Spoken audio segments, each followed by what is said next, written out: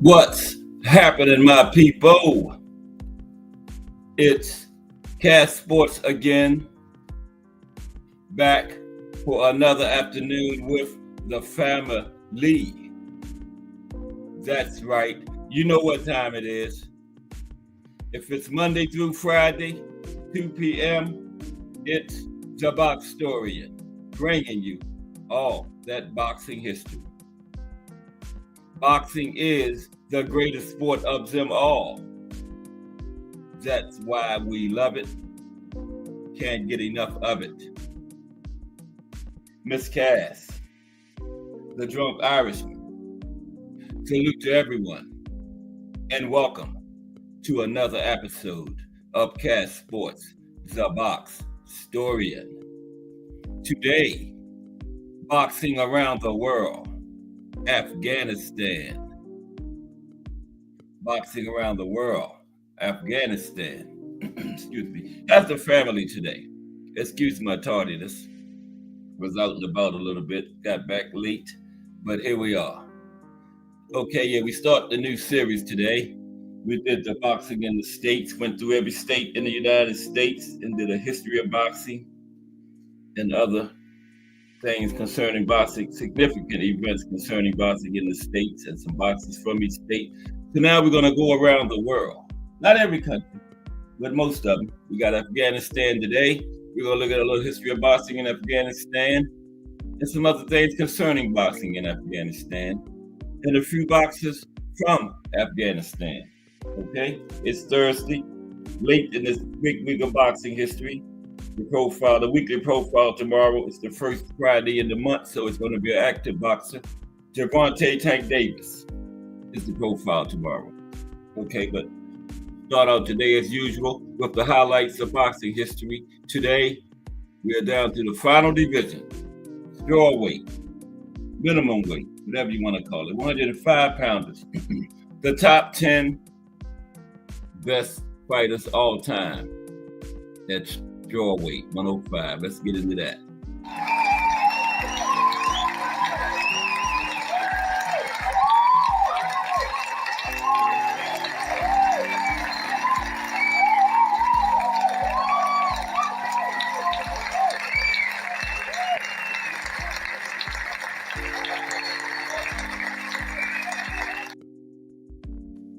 There's the great Ricardo Lopez.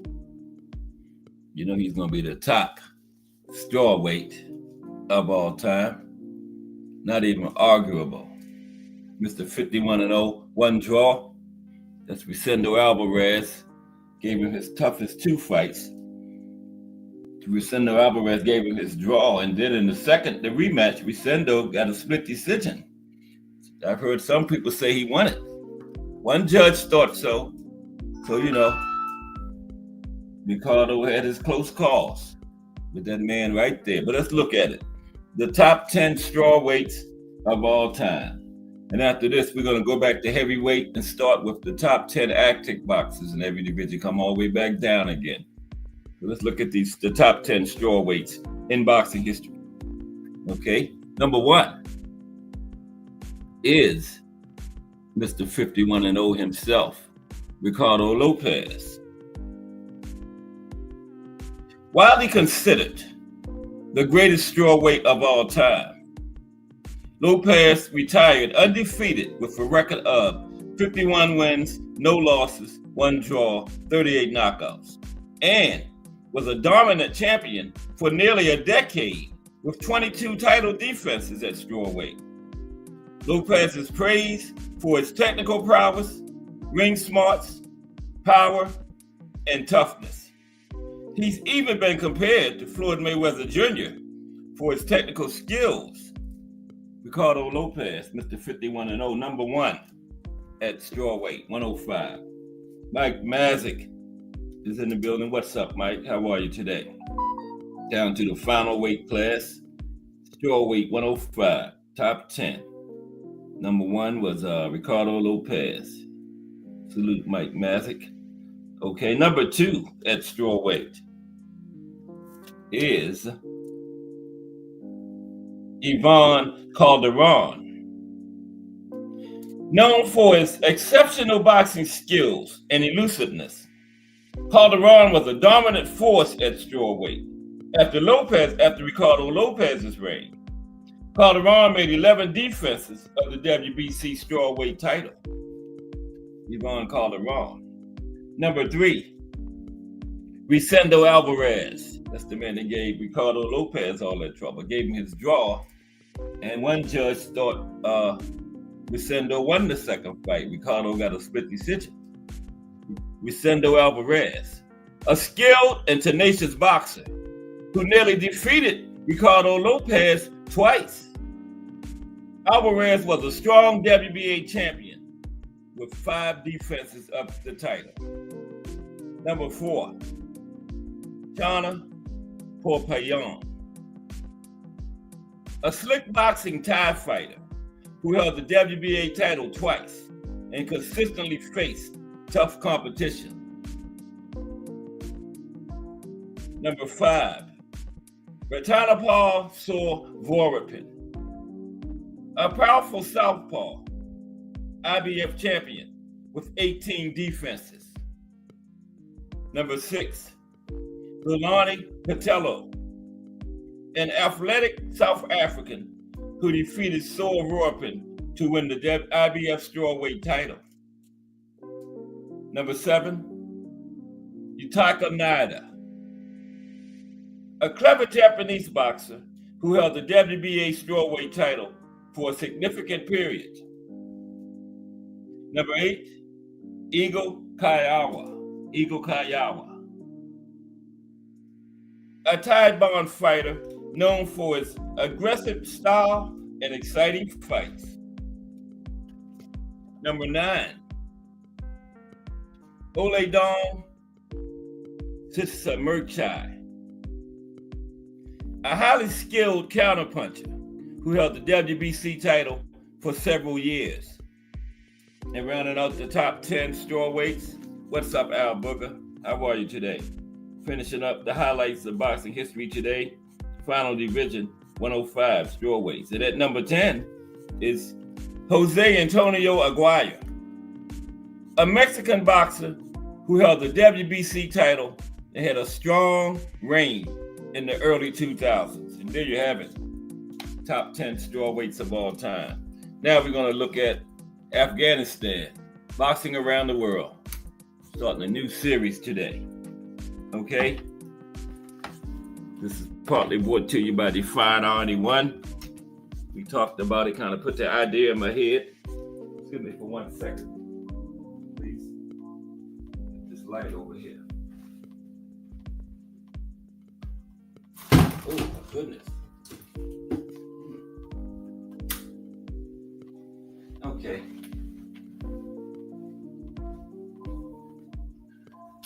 All right. Boxing around the world. Afghanistan. We're going by in alphabetical order, just like the Boxing in the States series. Okay. So Afghanistan is going to be our first country.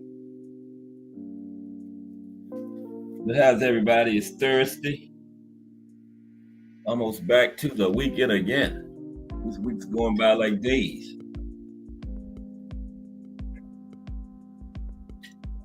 Okay.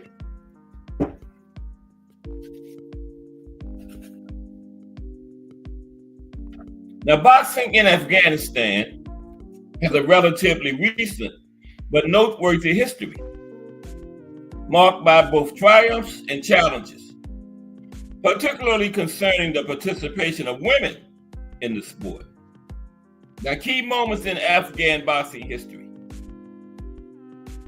The first professional boxing match was in 2012, October 30th. There was the first match held, it was in Kabul, Afghanistan, and we're going to talk about that in a moment, more deeply. Now, this event featured Afghan boxer Hamid Rahimi, who lived in Germany. He competed against Saeed Mbawa of Tanzania for the WBO Intercontinental Middleweight title. Okay, we're going to cover that in a minute. Now, female boxers emerge.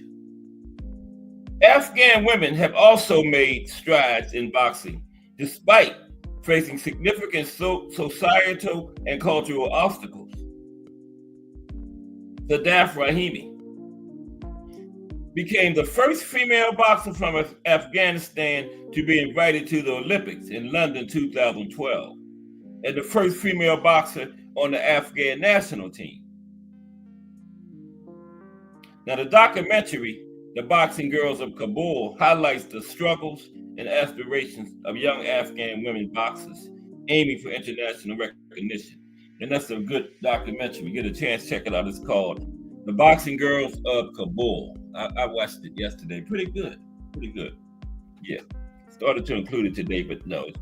That's your homework assignment. Watch the documentary, The Boxing Girls of Kabul. Okay? Have a test on it Monday. All right. Now, recent achievements. Afghan boxers have continued to compete and achieve success in regional tournaments.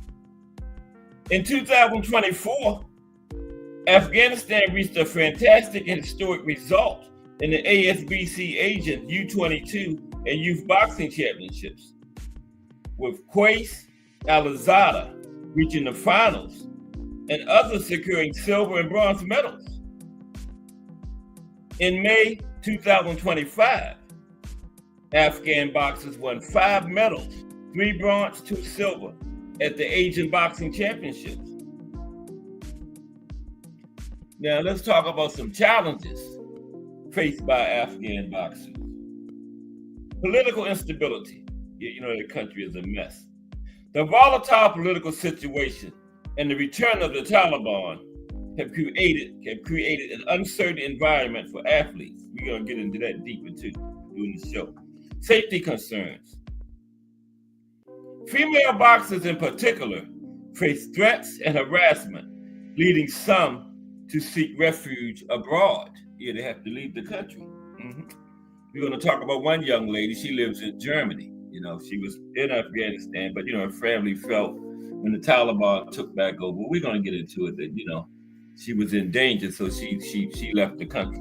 She's in Germany. We're going to cover her in a moment. Lack of resources.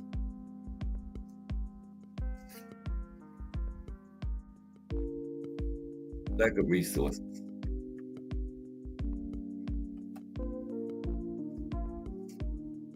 Boxers face limited access to training facilities, equipment, and financial support, hindering their ability to compete on an international level, you know, even level with other countries that have all those things, you know.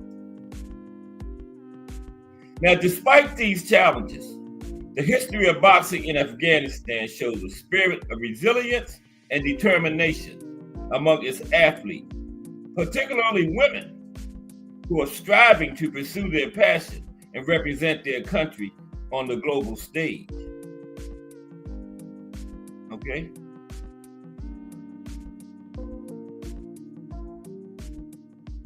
Now, the current status of boxing in Afghanistan.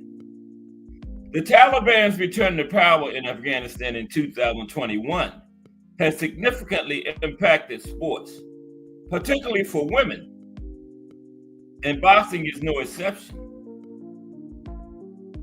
Now, the ban on women's sports. Now, the Taliban have barred women and girls from participating in sports, including boxing, citing concerns about exposure and adherence to Sharia law. Female boxers who continue to train privately face threats and harassment, right? Leading many to face refuge abroad. Now, fear and uncertainty.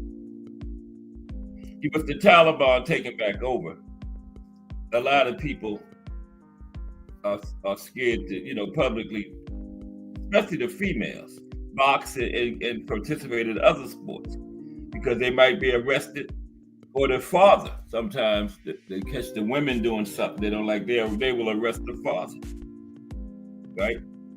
And that impacts the women's ability to focus on the sport and education. But they still continue boxing despite these challenges, you know. Some Afghan female boxers like Sadia Roman continue to train and compete internationally from exile, representing Afghanistan and advocating for women's rights. Some athletes in Afghanistan reportedly continue to train in secret. Okay. Now, the International Olympic Committee, the IOC, and other sports organizations are working to support Afghan athletes, particularly women, by facilitating their participation in international competition, including the Olympics. Now, while the Taliban has not issued a formal ruling on the future of boxing, a spokesman for the Taliban sports organization and National Olympic Committee mentioned exploring ways to restart women's sports by establishing separate venues. But there's no time frame or guaranteed funding for such initiatives. Some Afghan boxers have faced threats and believe boxing is considered forbidden by the Taliban. The current situation highlights the significant challenges faced by athletes in Afghanistan, especially women, who are striving to continue their sports despite the restrictions imposed by the Taliban.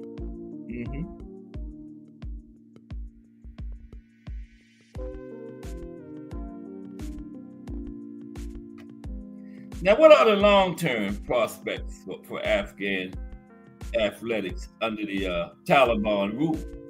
Okay. Now, the long-term prospects for Afghan sports under Taliban rule remain uncertain and challenging, with a clear disparity in treatment between men's and women's sports. Okay.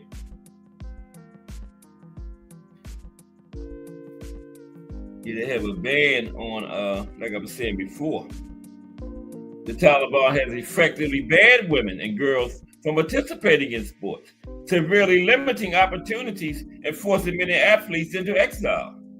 Now, the ban on sports is part of the Taliban's broader campaign to restrict women's rights and exclude them from public life, including education and many professions. This has been described as a form of gender apartheid.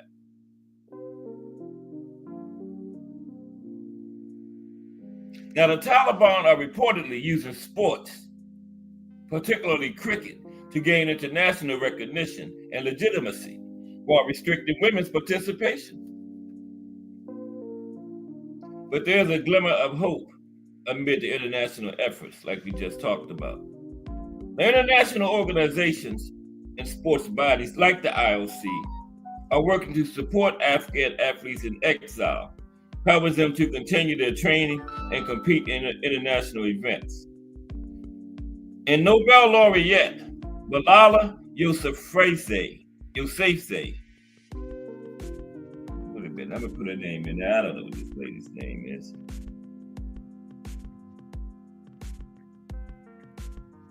I'll let y'all read it. A-M-A-M-A. Then I'll tell you about it. He's a Nobel laureate. Okay. Y-O-U-S-A-F-D-A-L.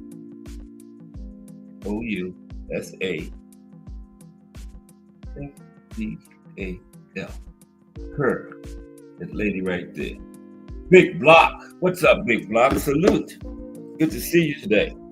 Yeah, Big Block. We just going around the world looking at this is the first day boxing around the world. Start with Afghanistan, going in alphabetical order.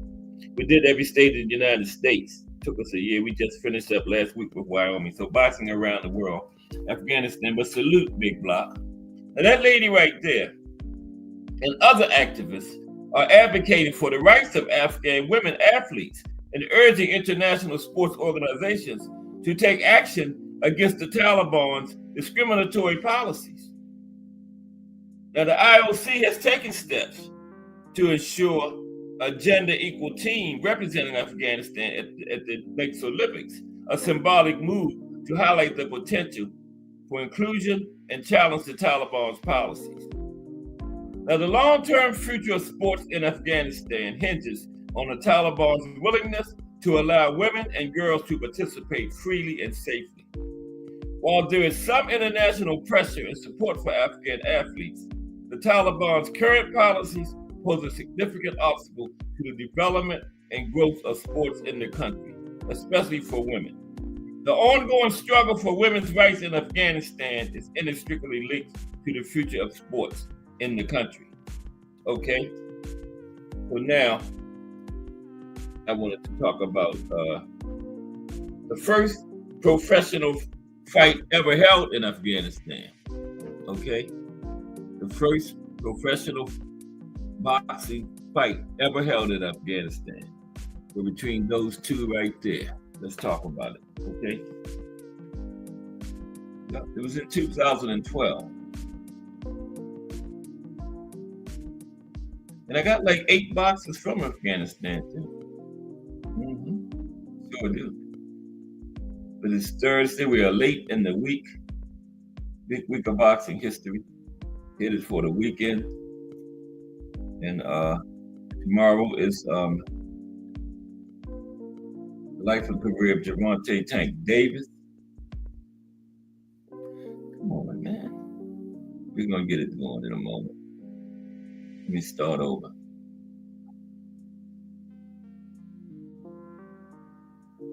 It's always going good until the show starts. Oh, I know what I did, Mom. There we go. Yeah, we're going to talk about the first boxing fight ever held in Afghanistan. Okay? Those are the two. The guy on the left is the guy from Afghanistan. Those are the two participants. First professional fight ever in boxing ever held in Afghanistan. Okay, October 30th, 2012. Not that long ago. Okay. Now, before a TV audience of millions across the country, Afghan boxer Hamid Rahimi, that's him on the left, won the first professional fight in boxing in his war-torn country, October 30, 2012, by stopping Saeed Mbawa of Tanzania in the 7th round. Rahimi, who is based in Germany, said his aim in organizing Afghanistan Fight for Peace was to bring the people of his country together after decades of warfare.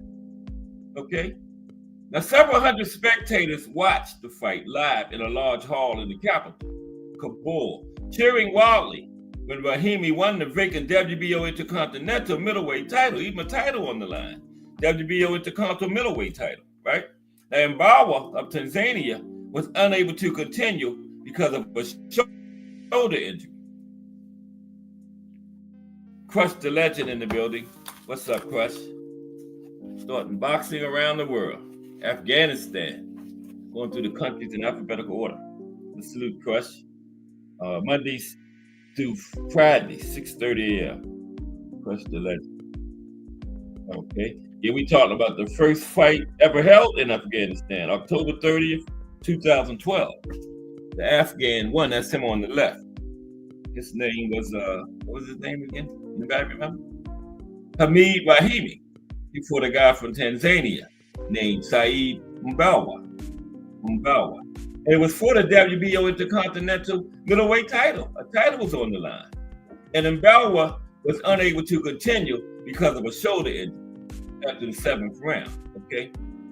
Now, Mbawa had showboated in the early rounds, but retreated to his corner holding his shoulder in the 7th after Rahimi delivered 4 fierce rights in quick succession. Rahimi's supporters heard a banner reading, "We want peace," during the fight. Spectators crowded into the ring after the fight to congratulate both fighters. Now, Rahimi has lived in Germany since childhood, when his parents moved there in 1992. And he won 22 of his 23 pro fights. We're going to talk about him later. He's not a professional anymore, but he was a professional fighter. Now, organizers of the event said the two men made history by staging the first professional boxing fight in Afghanistan. But amateur boxing was popular in Afghanistan at that time. And the nation's first Olympic boxer, flyweight, Ajimo Faisal, took part in the London Games that same year. 2012. And that this fight was the latest of several sporting events which authorities hope will help unite the nation. That was 2012. The United States-backed government was still in control. The Taliban hadn't took back over yet. Okay. And earlier that same month, October 2012, Afghanistan's new football league held its first national championship at Kabul's renovated Ghazi Stadium. In September 2012, the country's cricket team participated in the World 20 tournament in Sri Lanka, where they were eliminated after losing to India and England. So your sports was trying to make a comeback there, but the Taliban, the United States left with their tail tucked between the legs in 2021, and the Taliban took back over. Let's talk about this Afghan woman who is trying to put boxing on the map over there. She was born in Afghanistan and she took up boxing, right? But her parents were concerned and they told her to move to Germany if she wanted to continue to pursue boxing. Because if the Taliban found out, they would lock the father up. Because, they hard on women over there, and they said instead of her, they would lock her father up, imprison him if they found out she was engaging in boxing. So she moved to Germany. Let's talk about her. Her name is Sadia Bromia. Sadia Roman. And this is called Sadia Roman, the boxer fighting for all women in Afghanistan. Matter of fact, there she is. There's Sadia right there. The boxer fighting for all women in Afghanistan, actually located in Germany, because when the Taliban took back over, her parents urged her to leave because, she was putting her father's freedom in danger, because that's how they do it. Finding the women engaging in sports or something they're not supposed to. The Taliban feels they're not supposed to do, they will arrest her father. So he resides in Germany. Now it's telling that Afghan boxer Sadia Roman has a picture of Muhammad Ali on her bedroom wall in her home in Germany. For starters, the boxing legend inspires her as one of the sport's greatest ever athletes. Muhammad Ali inspires her, right? Got a picture of him on her wall in her apartment in Germany. He told she had to leave the country if she wanted to pursue boxing. She was trying to do it in secret, but the Taliban got spies all over the place, The United States left with their tail tucked between the legs in 2021. And the Taliban took back over, and, they don't think women have the right to do anything over there. Oh, okay. I'm trying to go to the top, and I'm already at the top. 2, 3, 4, 5, 6. Okay. Yeah. Okay, so yeah, Muhammad Ali is kind of like her idol because he inspires her as one of the sport's greatest ever athletes. But more importantly, she relates to him as a person who fought for his freedom and wouldn't be told how he could live by anyone. Right. More importantly than boxing, she's kind of living the same type of life. With the Taliban rule, she says she wants to be a female boxer, and she's inspired by the way Ali stood up for his beliefs. That kind of inspires her to continue her and pursue her boxing career. Right? She says she's not going to be. Ali wouldn't be told how he could live by anyone, and she's going down the same lines. Now, Afghanistan women don't have freedom, so I fight for them, Roman said. In my country, women can't go to school and play sports, so I'm only here to fight for them. It's a very sad situation. She lives in Germany. Now, growing up in Kabul, Afghanistan, Roman defied certain societal expectations of women by cycling to school, practicing athletics, sometimes not wearing her hijab, whatever you call that thing. Hijab, is that what it is? Hijab, right? You know what I'm talking about. Sometimes she wouldn't wear it, right? And later, working as a sports reporter for a TV channel run by women. Yeah, no disrespect, man. Yeah. But sometimes she wouldn't wear it. You know, I know how I am with words. But y'all know what I'm talking about. Yeah. Syriat, y'all, Israel from the TWT, the winning team, great organization. Salute 357. How are you today? Great to see you. We're looking at a history of boxing in Afghanistan. We're going to go through not every country, but a lot of them. Albania next week, history of boxing in Albania. I already looked at it a little bit, found a nice history for Albania too. Yeah, I was surprised about boxing in Afghanistan, but salute. It's great to see you. Syriat, y'all, Israel. I apologize. I know I'm not pronouncing your name right, but I don't pronounce nobody's name right. If it ain't Johnson or Smith or Jones, I can't even pronounce Al Booger right. You know, I had to hear other people say it first. Okay. Yeah, we're talking about this young lady that's defying all the norms in Afghanistan.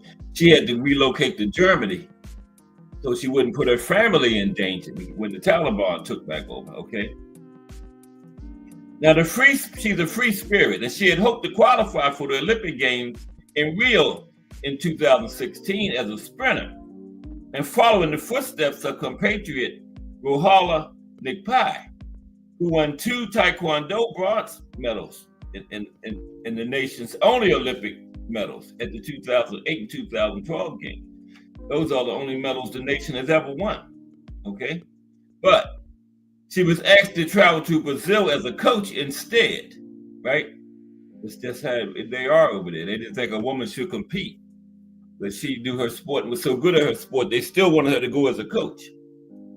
Again, she rejected. I don't blame her. If I can't go and participate, I'm not going as a coach. There's the drunk Irishman. He was in here early, but I was late. Salute, drunk Irishman. Good to see you again. History of boxing in Afghanistan today. And I found like 8 boxers from Afghanistan too. Yup.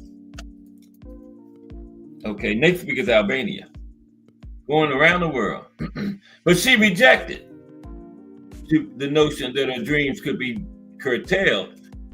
And she didn't go as a coach. She switched to boxing, hoping she would make it to Tokyo 2020. Now, her initial motivation, the women's boxing didn't exist in Afghanistan at all at that time, right? So that was her motivation.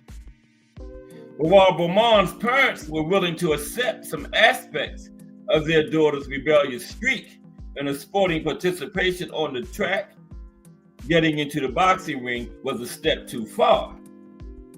They were worried she would get hurt and be rejected by society. But they mostly feared that what the authorities might do to her if she got caught breaking any rules.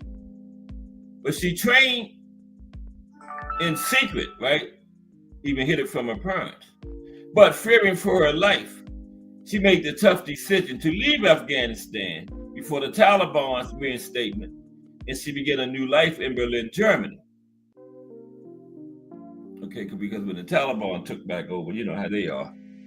Well, they don't believe women should be allowed to do anything. Don't even want them to come outside, really, right? Now, moving to Germany allowed her to pursue her dreams in boxing and dress as she saw fit. But she still experienced many tough days due to being so far away from her family. She said, "You can find everything in Germany, all the freedoms that I didn't have in Afghanistan, except for my mother and my best friend, Fahima. I really miss them a lot, though, but we do speak on a regular basis. Also, Afghanistan is really warm and Berlin is very cold. I also miss the weather. I'm here without hijab and in boxing gear. So my parents were really worried. They were saying the Taliban rulers see an Afghan woman like that. They may imprison my father. That's what I was saying. They see her breaking the societal norms. They imprison the father. If a woman break the rules, right? They blame the head of the family. Now, when Bromond feels discouraged, she looks at her tattoos. That's another practice considered inappropriate for women in Afghanistan. She says, nothing is impossible. One reads on her right forearm says, nothing is impossible. While her left arm features the 5 Olympic rings, accompanied by 3 words, yes, I can. She says, all the time when I was in Afghanistan, I was always dressed and overwhelmed. I was always stressed and overwhelmed. This is to remind myself to be happy and smile no matter what. Now, Afghanistan first sent athletes to the Olympic Games in Berlin, 1936, before the nation's National Olympic Committee was suspended from 1999 to 2003 after the Taliban barred women from sport when it came into power for the first time. Okay. Now, when the National Olympic Committee was reinstated for Athens Olympics in 2004, the team included women for the first time, right? She had 2 women on the team, Yudoka Friba Razayi and sprinter Bobina Mukimyar. But women's sports failed to move forward, and Afghanistan was represented at Tokyo 2020 by just 4 male athletes and 1 female athlete and sprinter, Kamia Yusufi. Now, when Bomain started boxing quietly in Kabul, other girls joined her before the Taliban blocked women's access to education and sports upon their return to power in 2021, when the United States left with their tail tucked between their legs. I added that part. But that's when the Taliban came back into power in 2021. Remember, that's when the United States left. Now, the female athlete's dreams came crashing to a halt at that time. And after Bromond fled to Germany, she decided that she wanted to fight for them and be their voice, the women in Afghanistan. Now, before the Taliban took back over, I really wanted to visit Afghanistan and build a proper facility where girls could train, right? But everything's over. You know, the Taliban is back in power. He said, we have a lot of good athletes, but unfortunately, the environment is not right. Since the Taliban took over, most of those girls have stopped training and are just at home doing nothing. It really depresses me. That is also the reason why she continues to represent Afghanistan instead of her adopted nation, Germany, as she did as the lone Afghan boxer at the Women's World Championships in New Delhi. This was in 2020. Now, it is now her ambition to do so again at the Olympic Games in Paris 2024 and continue providing hope to her compatriots that need it most back home. Now, I don't know if she made it to Paris 2024 or not, but that was her goal. Sada Roman, fighting for all the women in Afghanistan. She had to relocate to Germany to do it. Okay, next. Now, I got this article about the Afghan national boxing team, right? Now, in 2021, they were in a tournament in Serbia, right? And while they were there, the Taliban came back into power. And they was kind of like stuck there because they thought, boxing was, the Taliban don't believe in boxing. They didn't know what was going to happen to them when they got back home. So they was kind of like stayed in Serbia. Let's talk about that. Let's talk about that. Okay. I can explain it better as we talking about it, but it's a nice little article. And then we're going to talk about some boxers from Afghanistan. Okay, got 8 of them. Even got 3 professionals, 1 still active, 2 former pros, 1 active, and 5 amateurs. Boxers from Afghanistan, yeah. Algeria is next week. Yeah, boxing around the world.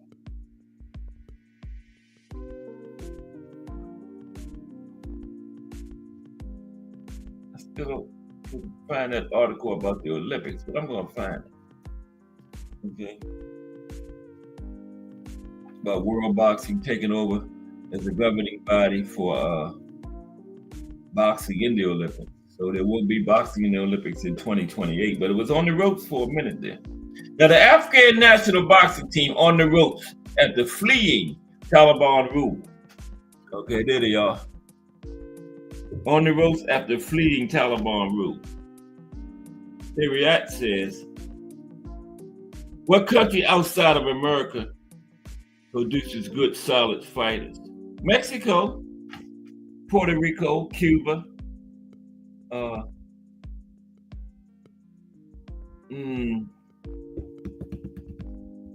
What's the countries Usyk and Loma from? Yeah. Ukraine? Yeah, it's a few of them. Syria, a few of them. But yeah, Mexico, I would say Mexico would be right behind the United States. I had an article on where the most champions was from, but I didn't. I decided not to do it. I was going to do that if we had time for a minute. But yeah, to answer your question, Syria, Mexico, Puerto Rico, Cuba, Ukraine, a few of them. Yeah. But Afghan national boxing team on the ropes after fleeing Taliban rule. Mm-hmm. This was from 2021. Now, boxing is risky at the best of the times. But Habib Malikzada now faces one of his most unpredictable opponents yet. The uncertainties of life as an Afghan refugee far from home.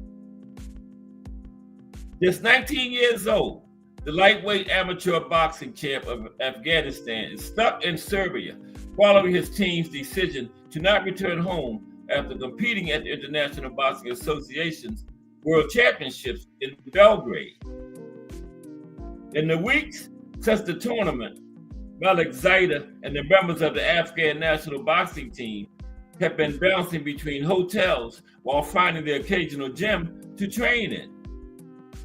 Even amid the relentless bustle, their new life in Serbia is an island of stability compared to the chaos back home in Afghanistan. After the Taliban came, we couldn't continue boxing, Malikzada tells AFP, saying his gym in Kabul was closed shortly after the jihadist insurgents overthrew the United States-backed government in August. They didn't overthrow it. The United States just took their tail between their legs and left. Okay. My nephew was over there. He was over there at the end. Mm-hmm. Yeah. Now, life after Kabul's fall to the Taliban has been mired with worries ever since, says Malikzada, who fears his family will be targeted for their links with the past United States-backed government. His brothers, he admits, had also joined the fledgling resistance in the Panjshir Valley, north of Kabul, where former government soldiers and military fighters briefly made a last stand against the Taliban. Now, if the Taliban find us, they would kill us, says Malikzada. Hundreds of thousands of Afghans are believed to have fled the country in recent months, hoping to escape persecution and a collapsing economy in the face of international sanctions and a banking crisis that has mired much of the population in deepening poverty.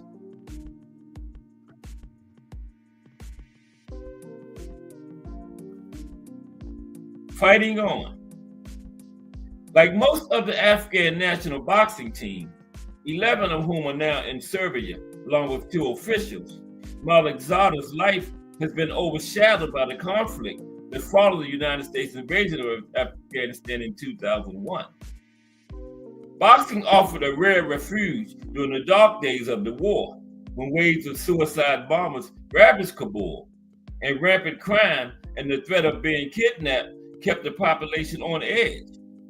Now, the boxing gym provided an environment where violence could be managed with rounds, weight classes, and rules.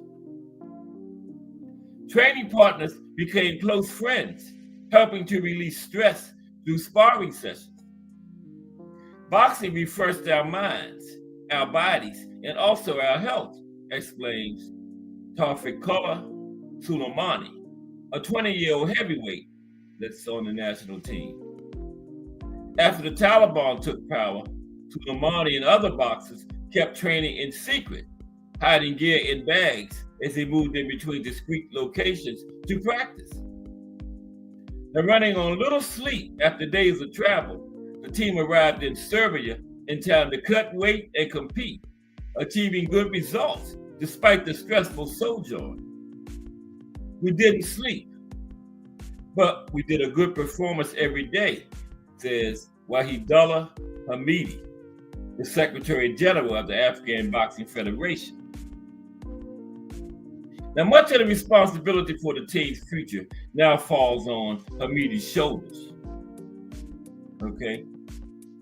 Glued to his phone in between practice sessions, the 24-year-old fires off messages to a range of contacts across the globe with the hope that someone can find a way to help his athletes. Hamidi is all too familiar with the Taliban's brutality. In 2019, the insurgents assassinated his father, who was also a boxing official, for recruiting women to box. This man got assassinated. His father was a boxing official, and the Taliban assassinated him for recruiting women to boxing. Wow. And what's his name again? I remember. Hamidi. He said, I have received too many warnings. He said he was advised by family and friends not to return to Afghanistan. During their iron-fisted rule of Afghanistan in the 1990s, the Taliban declared boxing to be against human dignity and banned the sport, along with most other forms of entertainment. Banned it, along with most other forms of entertainment. They said boxing was against human dignity.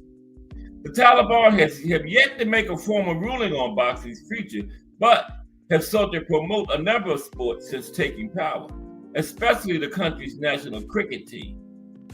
Even still, scores of Afghan athletes have fled abroad, including female footballers and basketball players, following the Taliban takeover, stirring resentment from the country's new rulers.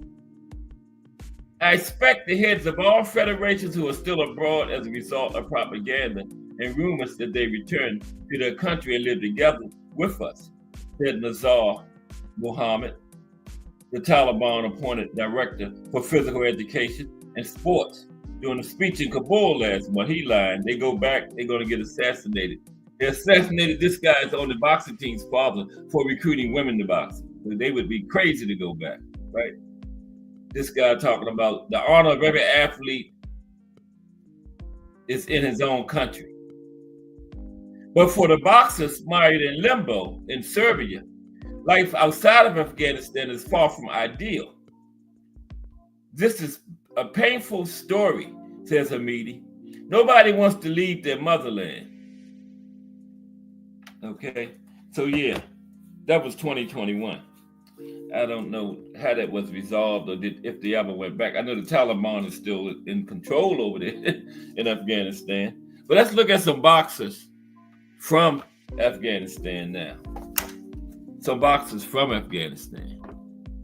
Okay, let's do that. How's everybody this Thursday afternoon? We're going to look at some boxers from Afghanistan. Okay, we got 8 of them. We got 2 former pros, 1 active pro, and 5 amateur boxers. Okay? This is boxing around the world. Today, boxing in Afghanistan. Next week is Albania. Yeah, when I first pulled that up, and Afghanistan was the first country, I said, well, I started to fast forward past it. I said, let me check it out. And I was pleasantly surprised what I found. Yeah. Nice little some events concerning boxing in Afghanistan. Okay, the first one is Ahmed Rahimi. I think he was the one that was in that first ever fight in Afghanistan. He's from Kabul, He's a former pro. 23 wins, just one loss, 11 knockouts. One loss during his pro career. Okay.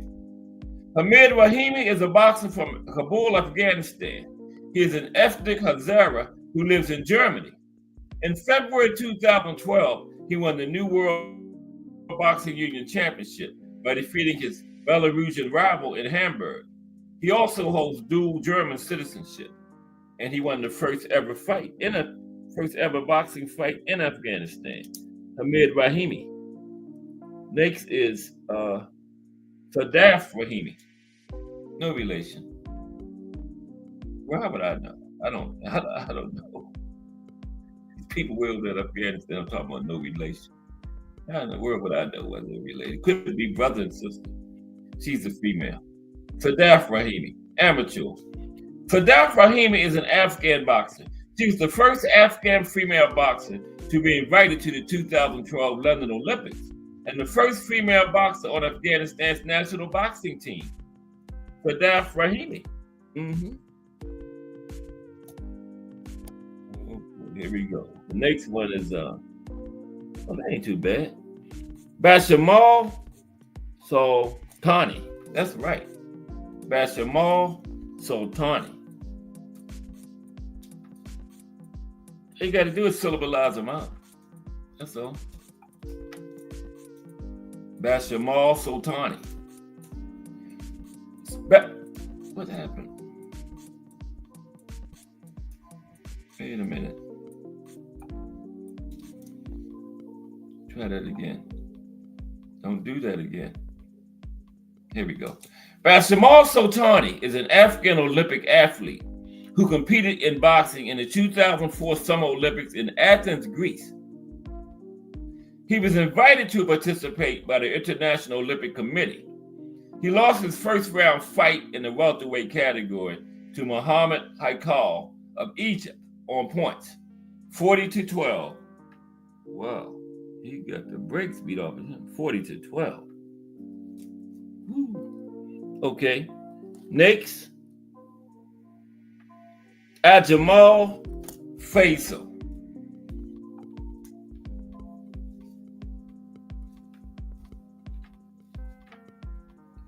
Ajamal Faisal. Okay.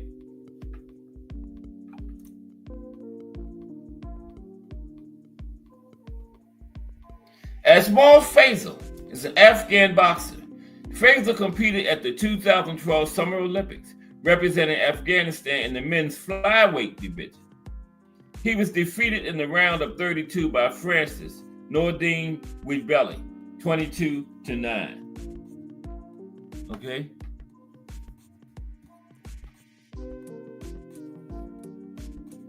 Ismail Muhammad. These just some boxers from Afghanistan. That's all. Boxers from Afghanistan. Ismail Muhammad. He's amateur. That's why I don't give you no records and stuff.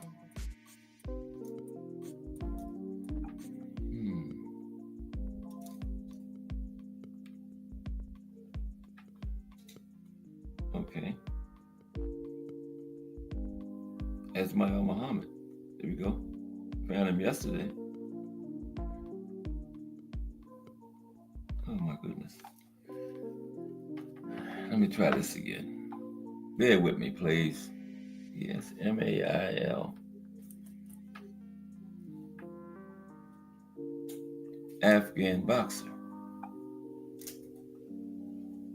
If I hadn't found him yesterday, his name wouldn't be on the paper, right? There you go. Ismail Muhammad is a former Afghanistan boxer who competed at the 1980 Summer Olympics in the featherweight event. Okay, very briefly. Next is another former pro boxer, Arash Usmani. Boy, I'm doing some butchering. Okay, this is a former pro here. Usmani is an Afghan-Canadian pro boxer. He was ranked as high as 3rd by the WBA and 10th by the IBF. He was a featherweight, right? And it was featured on ESPN's Friday Night Fights when he fought Rances Bartholomew in a fight featuring two undefeated fighters. Yeah, from Afghanistan. Was on ESPN's Friday Night Fights. Had a record of 21 wins, 2 losses, 1 draw, 10 knockouts. Now here's the active fighter, still active, from Afghanistan. Kaisi Kadimi. Kaisi Kadimi, still active. From Afghanistan. I think he lives in Great Britain currently, though. But Kaisi Kadimi is an Afghanistan-born British professional boxer who challenged for the British super flyweight title in 2021. Last fight was last year, 2024. Current record of 10 wins, 3 losses, 2 draws, and 4 knockouts. And finally, we have Ahmad Nisar. Everybody can pronounce Ahmad, Ahmad. Got some brothers named Ahmad. Ahmad Rashad, remember? His government name was Bobby something, wasn't it? Ahmad Rashad, remember? He still do NBA commentary. Y'all know Ahmad Rashad. This is Ahmad Nisar, right? Now, former Afghanistan boxer who competed at the 1980 Summer Olympic Games in the bantamweight division. Okay, there you have it. Boxers from Afghanistan. Okay, next week is Albania. Okay, so now everybody that's subscribed, please subscribe. I'm trying to get to 1,000. I got like 930, need 70 more to get to 1,000. Okay, now we're going to talk about out of the title belts in boxing history, which title is the most the most prestigious? Which one is the biggest to win out of these? The big four. The WBA, the WBC, the IBF, and the WBO. Which one is the biggest to win? Glad y'all asked. Y'all know I'm glad you asked.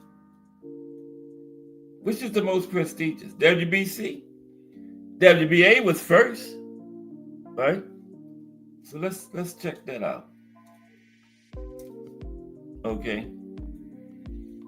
And then we might get some link time after this, because it'll be about 3:30ish. Tomorrow is the life and career of Gervonta Tank Davis. We do an active boxer. Started last month with Canelo. And this week is the first Friday in July tomorrow, right? And it's going to be Gervonta Tank Davis. Good monster from Baltimore, Maryland. Got Lamont Roach coming up. I think it's August 16th. Is Calvin Ford back as the main trainer now, or does he still have that other guy? He would have knocked Roach out last time. The guy had him in there going to say in the press conference that whatever the coach was talking about, Tank didn't know the round. How you let your fighter go out there and don't know what round it is, man? That's the last thing you say before you go back down and steps. You tell your fighter, 9th round, What in the world? You let your fighter go out there and not know it. That's the last thing you tell him before he leaves that corner. The round. So I hope he ain't in the corner this time. Big dummy. What was his name? I can't even think of his name.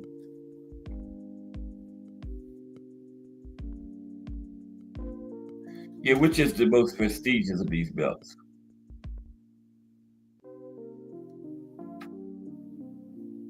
Okay, let's talk about it. Out of the title belts in boxing, which title is the biggest? Anybody know? I can't find what I had yesterday. Okay. Oh, there it is right there. Oh, that ain't it. Okay, let me try this again. Give me like a couple minutes, please. Inboxing history. Which title is the biggest to win? All right. Okay, I think I got it. I don't know.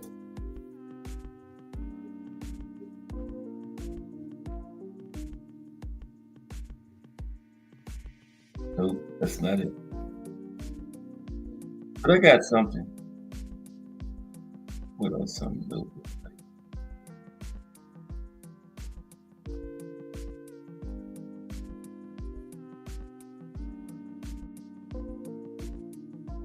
It was a good article too. Y'all would have loved it. I'm gonna get it.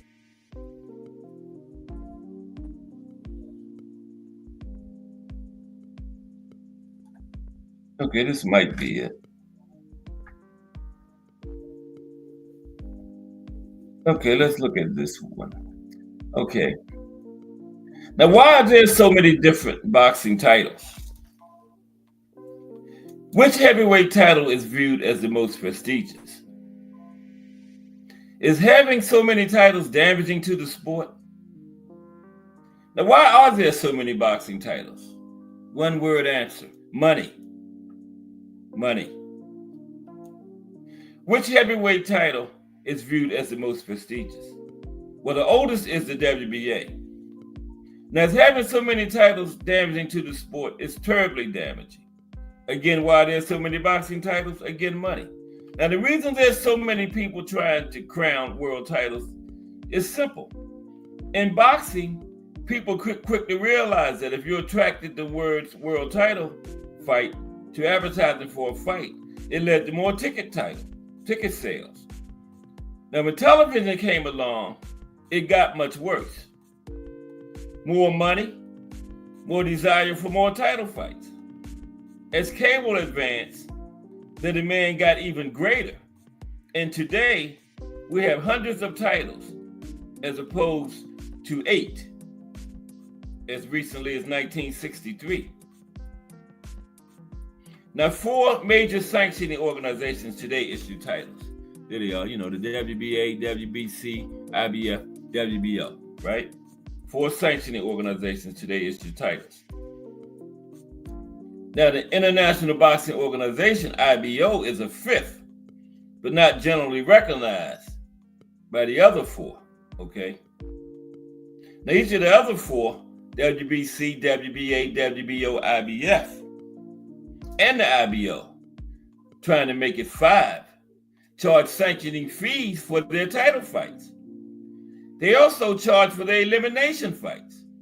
And for everything else, they can manage to screw a penny out of fighters for.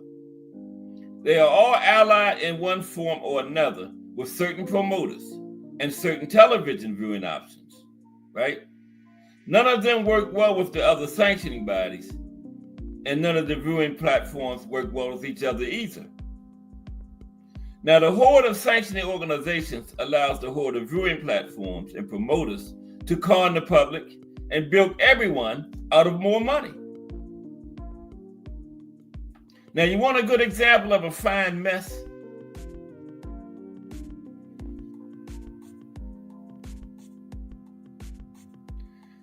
This is now the middleweight division. The middleweight division has 3 different recognized champions and 4 different mandatory contenders. The IBF and WBO middleweight champion is Janabek, right? The WBC middleweight champion is Carlos Adames. The WBA middleweight champion is Erislandy Lara. Further, each of the 4 major sanctioning bodies has a different number 1 contender, right? I think WBA mandatory contender, I think it's Yoanli Hernandez. WB, though it's not Shiraz anymore. Well, is it still Shiraz? Because they had a draw, right? So I guess it would be still Shiraz for the WBC because him and Adames had the draw. So WBC mandatory contender is probably still Shiraz, and the IBF mandatory contender, no number 1 contender, but the highest ranked contender is number 2, Edinosa Oliha. WBO mandatory contender Denzel Bentley. So, is it any wonder the fans are disgusted? Any wonder? With all this nonsense going on? Now, until 1965, there was basically one champion, right? Now, the WBA and the WBC split over Ali's rematch with Sonny Liston. That was a forerunner of multiple champions and much confusion. But the WBA, the WBC kept recognizing Ali. The WBA stripped him, and Ernie Terrell won the match they had. I forgot who he fought. But then Ali reunified him when he beat Terrell. So they did get back together then. But I think they split for good in the Spinks Ali situation when the WBA kept recognizing Spinks when he gave Ali the rematch, but the WBC stripped him and gave it to Norton. Remember? Yeah. But anyway, back then, around 65, there were several groups who claimed to sanction championship fights, but there generally was still only one champion. Now, this began to change with the rise of the WBA and WBC in 1962 and 1963, when the NBA changed to the WBA in 1962, and then the WBC came into being in 1963. And the first real sign of dueling champions occurred in 1965 with the WBA withdrawing recognition from Ali after he signed the rematch Sonny Liston, like we just talked about, even though the original fight contracts called for a rematch and sanctioning a second world heavyweight champion, right? The original contract between Ali and Liston called for a rematch, right? But the WBA still stripped him when he agreed to the rematch. Go figure. Now that's crazy. That's good and crazy. The alphabet title game was born, and boxing's long-term woes began at that point. Now, Floyd Mayweather is blunt about why, when he was fighting, he was blunt about why there are so many championships. Floyd said, some people don't know you have to pay. For every belt you win, there's a sanctioning fee. If a fighter has just the regular belt, he has to pay a sanctioning fee. If a fighter is a super champion, he has to pay a sanctioning fee. Floyd added, this is not good for the sport of boxing. And no, it is not at all good for the sport. Not at all. Which title is the most prestigious? Let's talk about that. Now, they are probably viewed in order of seniority. Jack Dempsey was the first champion to fight under generally accepted modern rules. Jess Willard was the last champion to fight over 20 rounds. His fight against Jack Johnson was 45 rounds. The last prize fight ever scheduled at such a length. They didn't go 45. I think they went 20, but it was scheduled for 45. That was the last one scheduled for that long of a length. There also was no accepted or recognized sanctioning body or commission to formally award Willard a championship. Essentially, Willard was champion because promoters and the newspapers said he was. Dempsey was the first champion recognized as such by a formal, legit sanctioning body. The New York State Athletic Commission was founded in 1916 by the New York legislature and took over sanctioning boxing in 1920 when the Walker Law in New York legalized prize fighting. Because it had been banned, the Walker Law re-legalized it. Now, the National Boxing Association, the NBA, was subsequently established in 1921 by other U.S. states, though either their legislatures or by executive fiat, to counter the influence of the New York State Athletic Commission. Okay, that's why the NBA was formed, to you counted the NYSAC. In 1929, the British Board of Boxing Control was created from the old National Sporting Club and extended recognition to the NBA for its world titles. Now, the NBA is today the WBA, or the World Boxing Association, which is the oldest of the sanctioning bodies in boxing. The NBA officially changed its name and became the WBA on August 23rd, 1962. Reason was the National Boxing Association changed to the World Boxing Association because boxing was becoming so international around at that time. Okay. August 23rd, 1962 was when the change was officially made. The first officially recognized and sanctioned title fight was Jack Dempsey against Georges Carpenter, 1921.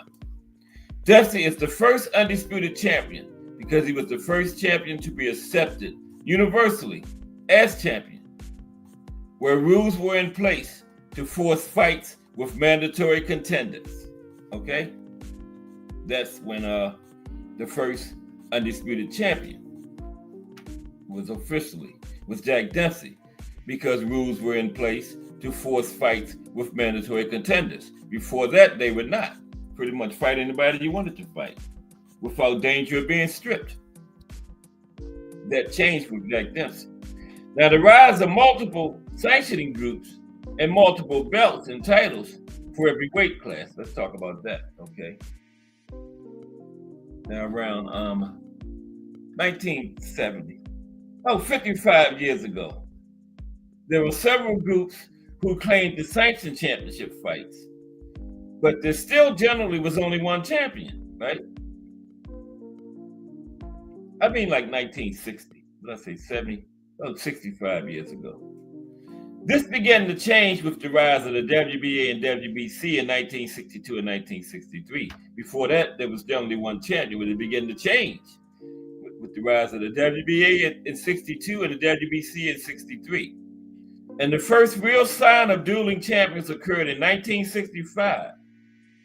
Remember? When the WBA stripped Ali. The alphabet title game was born. And like I said, the WBA is the oldest sanctioning body. Okay? Thomas Hill in the building. What's up, T. Hill? Thomas Hill in the building. Okay. Let me finish this off so we can get some link time in here. Yeah, we finished the boxing round that we're in Afghanistan today, T. Hill. T. Hill was probably listening.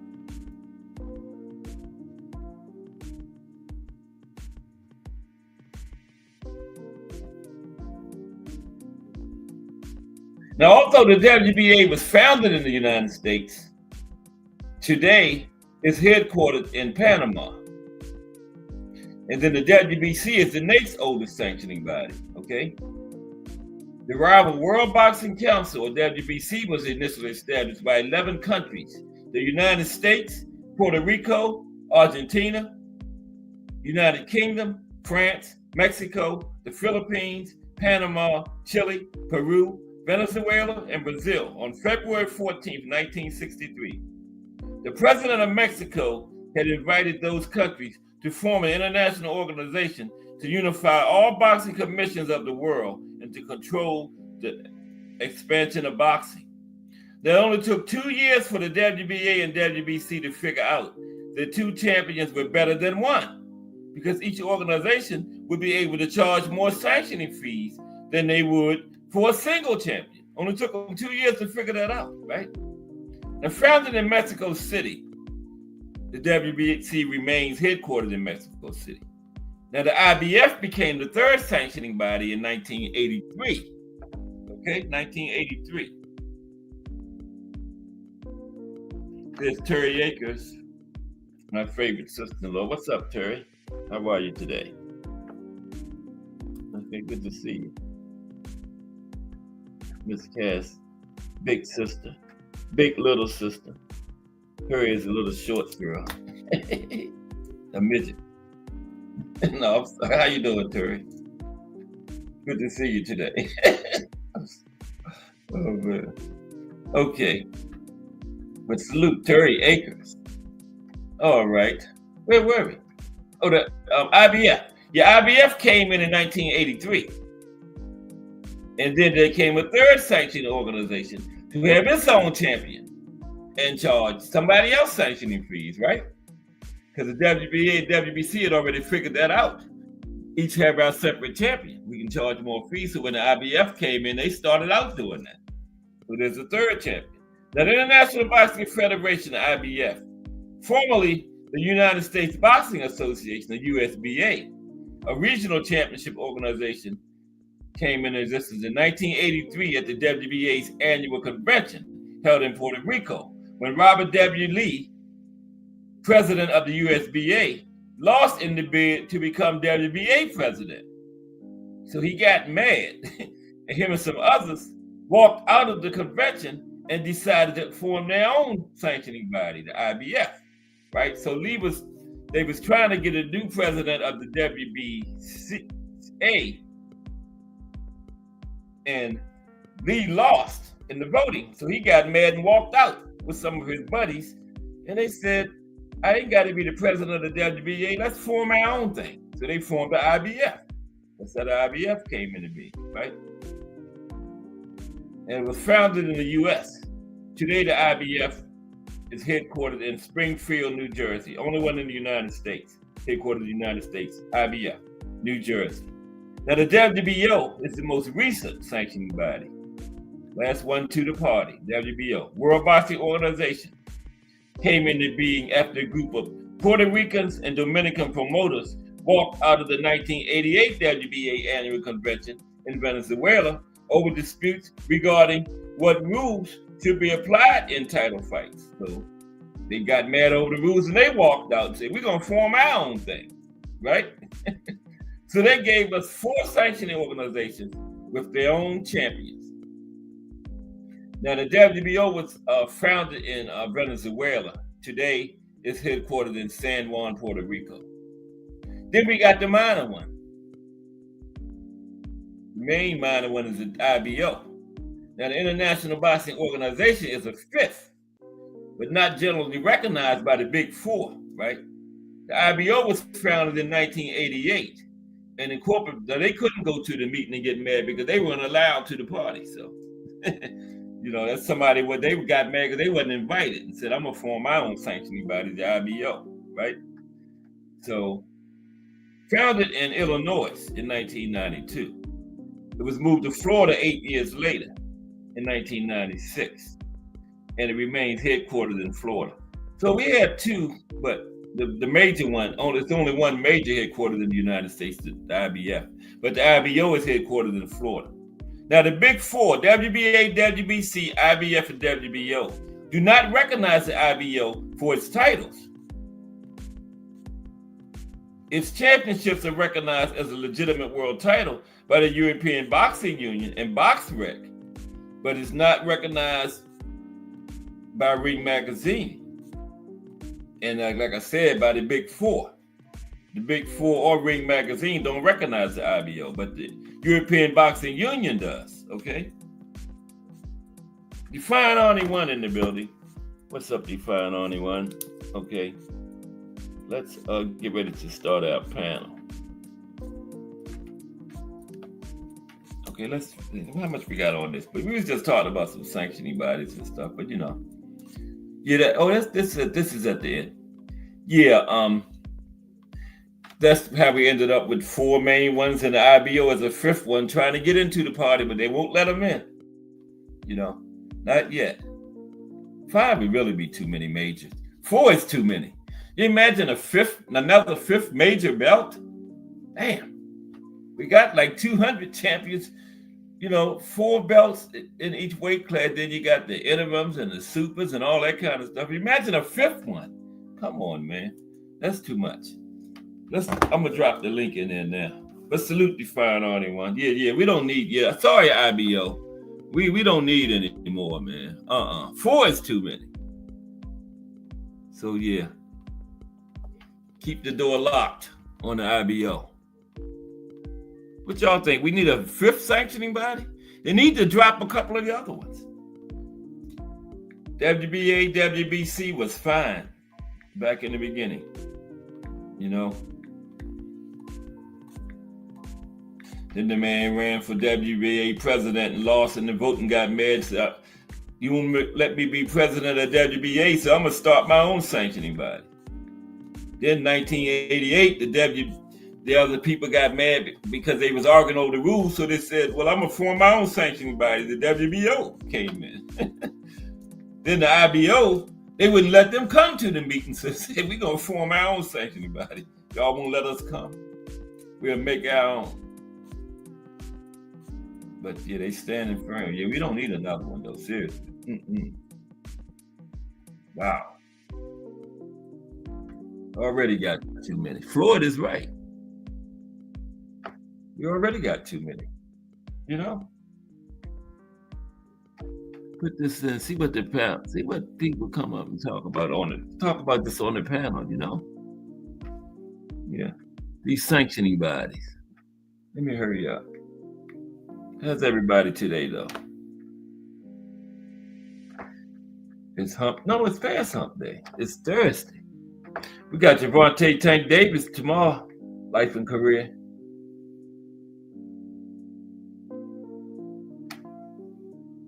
That monster from Baltimore, Sandtown. Yep. Sandtown. It's rough down in that area, boy. Ain't nowhere to be at on foot. Daytime. No time. You better be in a car riding through Sandtown. Here it is. But yeah. That's seriously, we don't need another major sanctioning body, man. No. Nobody gonna want the belts. Got to pay all that money. I think the challenger, like in a championship fight, does the challenger pay sanctioning fees too? I read somewhere that the challenger pays sanctioning fees also. That's good and crazy. I don't even have the belt yet. You're gonna charge me for sanctioning fees? It's just a money grab. WBC tried that Bridgerweight nonsense. I don't think that got off the ground. I haven't heard too much about that Bridgerweight. That was the last thing we needed, is more sanctioning bodies in another weight division. Right, T Hill? More sanctioning bodies in another weight division. That's the last thing we need. What's up, T Hill? Absolutely. Sanctioning bodies we got, man. I'm gonna be honest with you. These people make hella money off of these people, and we know that money and power corrupts absolutely. So when you're making money, you'll do whatever you can to make sure you maintain that money coming in and increasing. Same thing with the power, man. If you got power, you're gonna abuse it because you want to make sure things go your way. That being said, man, I'm having conversations with folks because folks don't use reasoning. They let how they feel about people affect, and also other people too. A lot of people, and I'm gonna be honest with you, hate on other fighters because of the people that root for the other fighters, and sometimes the people along with the fighters. But usually the fighters don't give them such reason. Only a few instances will they do that. But because people don't like other folks, or other folks done rub them a certain way, they start hating on the other fighter, and they ain't did nothing to deserve the hate. I know. We talking about fights not getting made. The fighters can't make the fight. They can't make the fight. If Errol Spence wanted to fight Bud Crawford, he himself cannot make that fight. Now, he definitely pushed to have that fight because he sacrificed for so long and he wanted that opportunity, but they understood that he wasn't right and they didn't want to give him that opportunity because, for one, when you lose, those belts go to the other side. That's right. So for them to do that, guess what they did? Okay, well, if we're going to do it this way, we're going to make sure you're under our banner. So that way the belts stay with us and we can position our people to get those belts. That's why Bob Arum, and I'm going to say this once again. Yeah, he's the best at it and he knows how to ploy. I had his talk earlier in the morning. The fight with Shakur would have been a reality for Devin because of Shakur being with Top Rank. But let's not forget, 3 fights prior to that fight even being a mention, he had a fight with Valdez that Bob was totally against. Why? Yep. Because Bob needs those belts to attract talent. I need to have these belts located in certain situations so everybody can have a chance to be a champion. And people are still built on being a champion. Once they get their foot in the game and skin in the teeth, they understand, oh, yo, it's not about being champion. It's about getting paid. And I'm not really getting paid what I'm worth. So I'm going to try to push for as much money as I can. And it supersedes and trumps belts, legacy, however you want to coin it. That's right. So with that being the case, yeah, these dang sanctioning bodies is corrupt, they crooked, and they do things a certain way. There's no way you should be allowing somebody to be a champion if they're not fighting people that people are clamoring for. But you know why they can be a champion? If they're generating a lot of money, we can charge them that 3%, and that 3% equals a lot more than if this person was champion and we charged them 3%. So therefore they get to keep their belt. So yeah, more sometimes is not more. Sometimes less is more. And I believe there should be less sanctioning bodies. I really only believe there should be 3. And if we really being technical, I'd say even 2. Or 1, right? Or 1. But now if they are, in a perfect world, go ahead. No, that's all. I was just agreeing. In the perfect world, it should be just 1. But if they're gonna be 3, they should act as 1. And this is where I say that we can make the most change if they work alongside one another, because they all sharing the revenue anyway, man. They all getting money. So why not say, look, okay, this is how we'll do it. We will no longer have these interim belts and these other belts. We won't even super class belts so the people can't do it. We're gonna make it to the point where when you have a belt, you don't need another belt to say we don't no longer have to fight mandatories. Mandatories get pushed aside and fight one another to recognize they, after this bout takes place with a champion, get a chance to challenge for that belt. And only that belt will be put up. But this person, if they won both belts, they can keep the other belt if they should lose. And we'll just challenge that one. And they can keep on rotating that way so that everybody gets a chance and put it in order. Okay, this time you'll go, this time you'll go, and this time you'll go, and it just continue to go that way. And that way we can get fights that we need. If you're going to act as 3, you should act as 1. I think also they need to form a body, a collective body made of former fighters, former promoters, and former officials that put on these fights to govern these bodies. These bodies need governing. It shouldn't be because I want to make a fight. Okay, say case in point. Let's take Tio, for example. Tio's on this quote unquote Make Boxing Great Again tour. And he's calling out every Joe Blow Schmo who's everybody's got people buzzing. So that's Crawford, that was Boots, and that was Tank, because everybody keeps Tank's name in their mouth. So he's doing this, and then all of a sudden he pulls up a fight out of nowhere with Steve Claggett. Claggett happens to be ranked outside. Yeah, it gets better though, Cass. He happens to be ranked outside of the top 15. Yet he is the one who they get to fight for. And the week of the fight, mysteriously, he gets pulled inside the top 10. Yeah. Having not had a fight and having nobody in front of him lose, he's in the top 10. Never fought nobody in the top 10 before. You know. So what does that equate to? Money. To make this fight even look feasible and look valid, we got to pay for his ranking so he can get moved up so we can validate this fight. So now this happens all the time, and with all the people whom are not PBC and whom are not their big marquee fighters, and nobody says nothing. But the moment something looks even remotely strange or kind of foul coming the PBC way, which happens to be a black-owned venture, and its fighters, which predominantly seem to be mostly of color, it's a problem. Yes, when the complaints come. You're right. The problem is with the system and with the people who are looking at the system, not with the fighters. We need to stall these fighters out, man. We need to stop talking bad about these fighters. Yeah. And we really need to focus on the problem. Like you said, there's too many sanctioning bodies. It's too many of these people doing what they want, the way that they want, and they're allowing people to move the way they want just so they can get the most money out of it. You go to the store, you can see in the convenience store something that would cost you normally 99 cents somewhere else can be $5. Why is that? Because it's convenient to get it there. You Right. might need it on the go.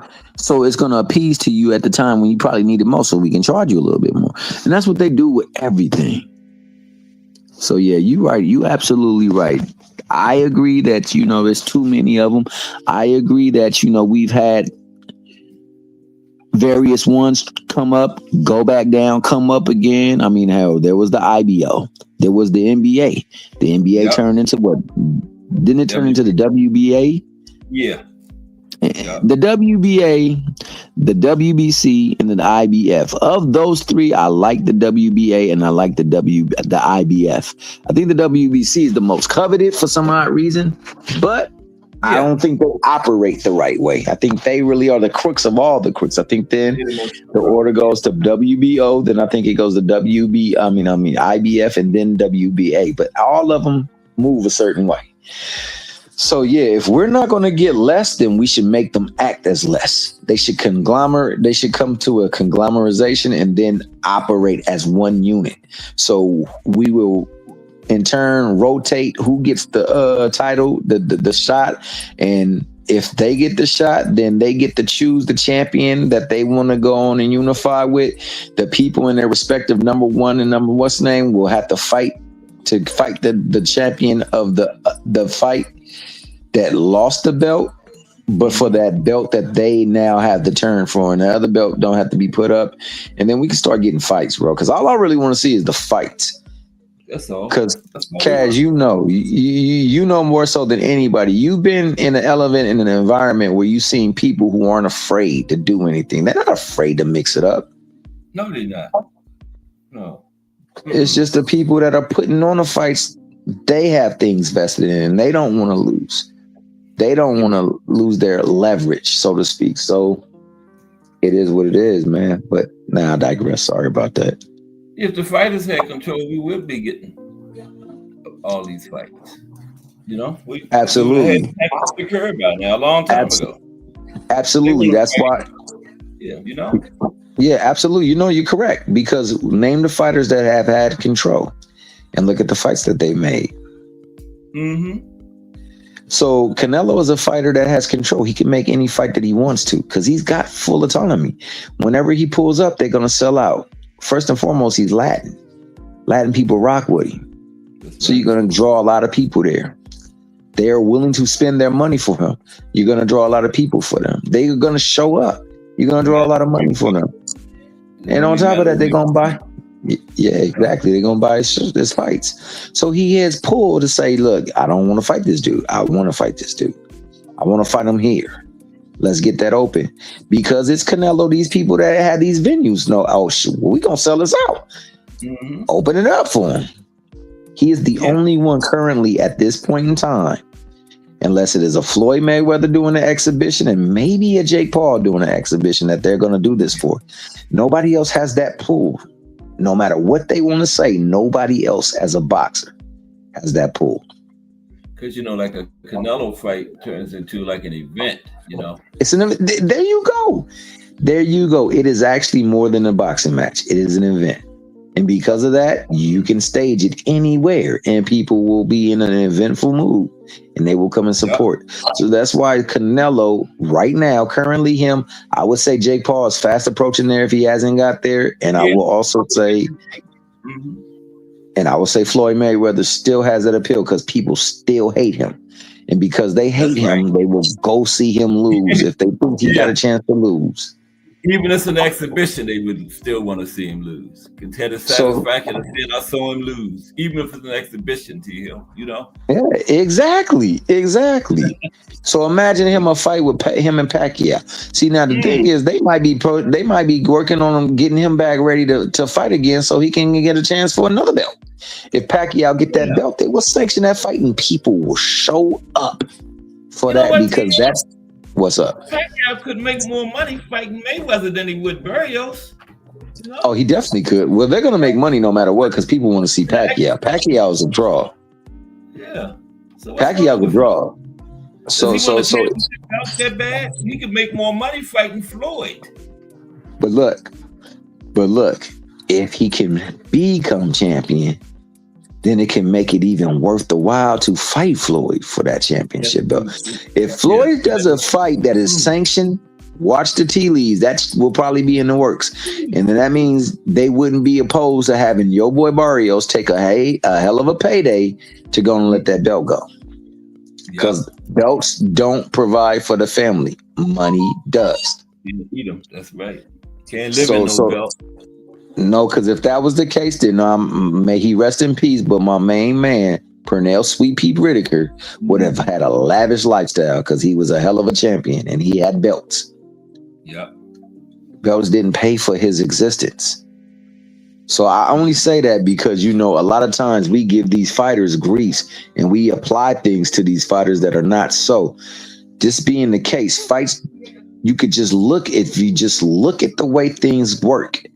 You would see Bob Arum did not want Valdez to fight Shakur Stevenson. Everybody, that was clear. Now, why would that be the case, though, Kaz? That both top-rank employees. Why not make that fight?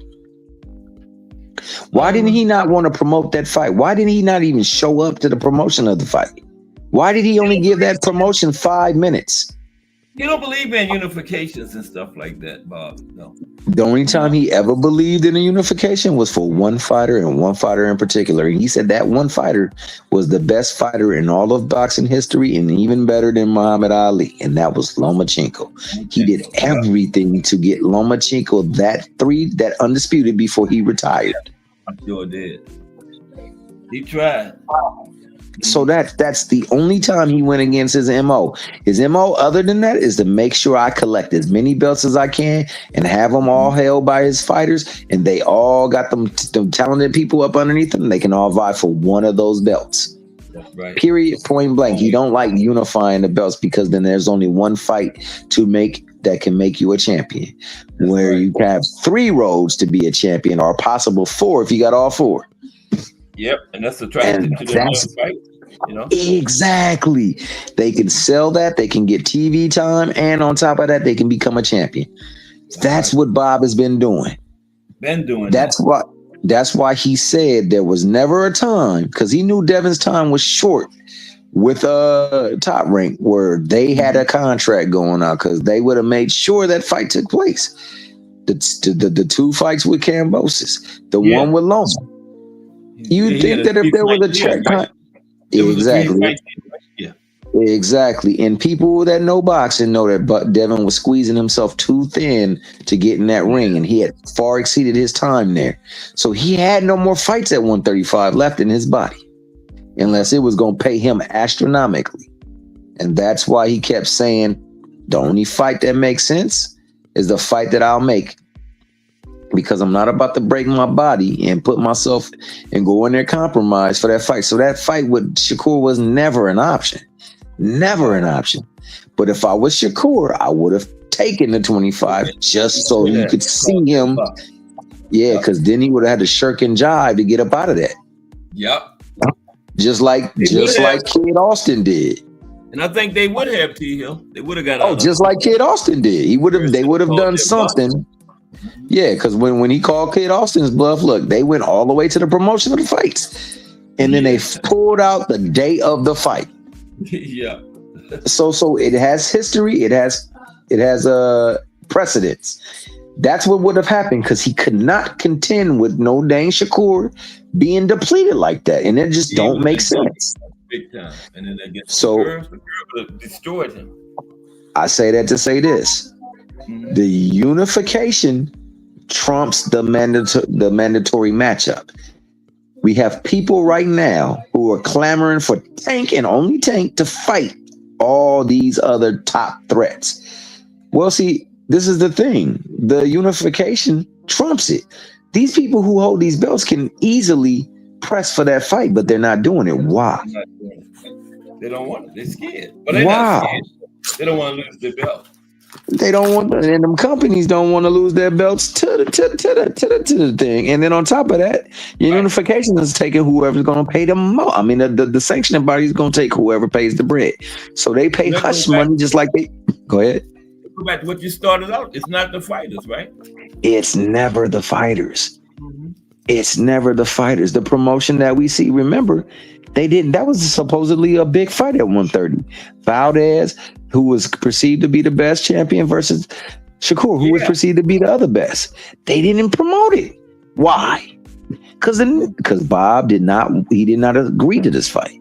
Because it would have taken his chance to promote some other kid and give them an opportunity at a belt to fight Shakur, who chances are you're not going to beat him unless you're special. Yeah, Bob wanted both of them to have the belt. I can understand. Exactly. Wasn't he at the So press conference? They're looking crazy. Didn't say nothing. yeah, he said something, and in 5 minutes he left. Remember, he left the problem, He did not and like he that. didn't want to. All the other build-ups he didn't even go to. He Nope. only showed up to that one because people was talking about like, yo, why you not promoting this fight? Hmm. And he said he thought it was a stupid fight. Remember, he said it was a stupid fight. He actually said, I remember that. And that was the So biggest fight in the division. So Between in the keeping two. with in keeping with that, there was also the possibility of Shakur. They shot that down, said they never intended to fight. Never had him intended to fight Gervonta Davis. They didn't try it. They had plenty of fights to make on their side. When he left, they became an option. So when he left, he had a chance to make the fight, but not under Bob Arum. Bob Arum not letting them belts go to another promotional company. He let that belt walk because he couldn't get him signed, so he won't let no other person. And that's why Keyshawn went the route that he did, because they don't know if he's going to resign. So you got to drop that belt. There was never a chance for that fight to go through because they wasn't going to do where he can keep that belt and then walk away. So like Bob is really intent on keeping belts over there so he can continue to attract younger talent to the company. That's his MO, and he's not trying to make them stars. He's trying to make them names, but not stars. Shakur wants to be a star. He's not content with being a name. I think he did the right thing. He definitely did the right thing. Now, this is the problem, though. The better fights for him not gonna be with Eddie. Not gonna be with Eddie. Eddie can't get fights. Yeah.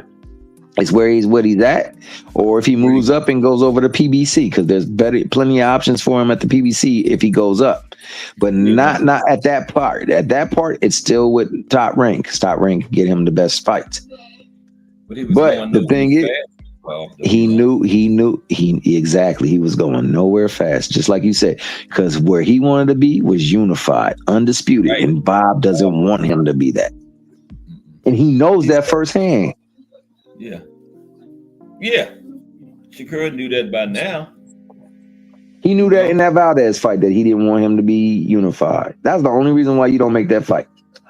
Because he knew he was going to beat him. Yeah. And he wanted Devin to get all them belts from Kambosos. So Loma could fight. Right. And he figured Loma would beat him, which I'm going to be honest with you, Kaz, and this is not because I have a slight or a favor to any of those fighters. I favor all boxers alike. I just want to see the fights. But looking at that fight, Loma won that fight. Yeah. I thought so. The worst Loma, you said what? Well, 7-5. I thought so. Yeah. The worst I thought Loma could have got in that fight was a draw. I don't think that there is no fight that I've watched, and I've rewatched that fight several times. He did not lose that fight at all. The worst he could have gotten is a draw. The best to me that Devin could have gotten was a draw. Yeah. I watched it trying to give Devin rounds and still could only get the most I could find was 5. Exactly, 5 rounds. That's the most I could give him. You can give him a swing. I think the 7th or the 8th was a swing. You can give him one of those, and that could be a draw. But or if you gave them both, maybe 7-5. But I don't think that when you look at that fight objectively, you see him winning clearly the rounds. Whereas you look at that fight objectively, you see Loma clearly winning rounds. Who went back Clearly. to the corner talking about he done figured me out? It wasn't Loma, that was Devin. Remember? Yeah, the look of worry on their face going into that 12th and final round. The look of worry on their face after the fight. Remember, he did the full celebration that all boxers did, but then went back to the corner, and the look on his face as opposed to the look on Loma's face, because Loma felt the work that he did in that ring was greater than the work that Devin did. I felt the same way. I still do, but congratulations to Devin. It ruined your boy Bob's thing because Bob wanted it to go out Loma's way. And then that would have been his retiring fight, and then he would have let down. And then they tried one more time to get him the belts, but Shakur walked. Loma beat Kambosos to put himself where he needed to be, and then the other belt went somewhere else. I forgot. The WBA elevated tank, remember? Yeah. So he couldn't get that one. So that one, but then Loma said he wasn't in the mood. Remember? Well, see, and there it is. That leads me to what I was about to say regarding we put blame on fighters. Now, remember, prior to that, only thing you could hear in every interview that Shakur did was this. Man, Tank's scared to get in the ring with me. He know better not to get in the ring with me. Man, Tank Duncan, he don't really want that fight. If he wanted that fight, he could get it. You also would hear him say, if I had any opportunity to take that fight, I would do anything to get that fight, right? You remember him saying those two things? Yeah, I remember. Yeah. Then that tone changed. It changed, ironically, the week that the dang interview took place about Steven Espinoza saying that, well, the Loma thing fell out. So we hit up Shakur's people to see if there was a possibility of making a match. He said he wasn't good with just a one-time deal. He'd rather look for something that was more security for him, like a 3-time fight. But after that, right before that, there was a change in the interview. He said, I'm not ducking. Tank's not ducking. The fight's going to be made. We just got to be patient. And that coincides with the reach out to his team about making a possible fight. And he recently, before that, said, I would take any opportunity. That's what he had said. That I was given. So we give all the things to Tank, but we don't even hold him to what he said. And we don't hold the promoters to what they're doing. That was an opportunity for a fight if it would have been something that he would have been agreeable to. They could have subbed in that fight, and that fight could have been put into promotions. Yeah, right after that was they started. Yeah, but it didn't happen. Maybe everybody thought it was going to happen. And for whatever reason, I don't blame him for saying no. I want security. Because what happens if he takes the fight and it goes totally bad for him? Look at what happened to Devin. Devin had to be fortunate that there is a turkey out there that wants to see him get done dirty. And Turkey is only offering fights for Devin that makes him fight somebody that's going to make him fight. If you notice that. Everywhere else, he done burned bridges. Everywhere else, he and his daddy in particular have burned bridges.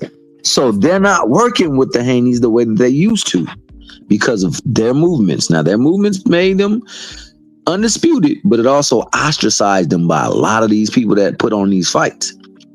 So the only person he can run to is Turkey. Yeah, Bill turns a lot of people against Devin. Right? He does. And then every now and again, Devin takes to Twitter and says some stuff that corroborates why they should be turned against him. No, I'm being honest with you. Now, do I root against Devin? It's true. Yeah. That's why I was everything has happened. So now, yeah. You said what? You said what? Now, say it again, though.